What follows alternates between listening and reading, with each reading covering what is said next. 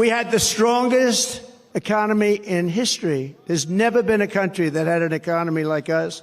I gave Harris and Biden an economic miracle, and they quickly turned it into an economic nightmare. Not only did he not have the strongest economy of all time, he didn't even have the strongest economy of the last two presidents, himself and Joe Biden. The best measure of an economy is its growth rate, GDP growth rate. And so when you compare the two, and I have adjusted out COVID in fairness to both presidents, although you see it doesn't actually change the picture, Trump grew his economy at a rate of about 2.6% a year, which is actually not a bad rate, and that excludes COVID. Biden grew his economy, has grown so far his economy at 3.5% a year. If you take out the effects of COVID, the disparity is even greater. Secondly, you can look at jobs. That's a very important thing in an economy, obviously, to Americans. And again, I've adjusted out the effects of COVID. 182,000 jobs on average a month created by Trump.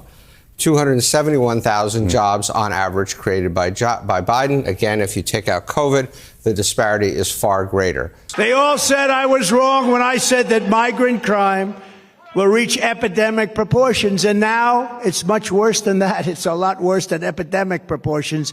It's beyond control. Once again, the facts are not quite what he said. First, let's just talk about crime in general. He likes to think the country's in the middle of some crime wave.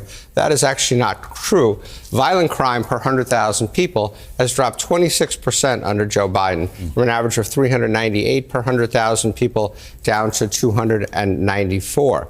What is even more amazing is that it, in fact, ended Trump's administration slightly higher than when it began.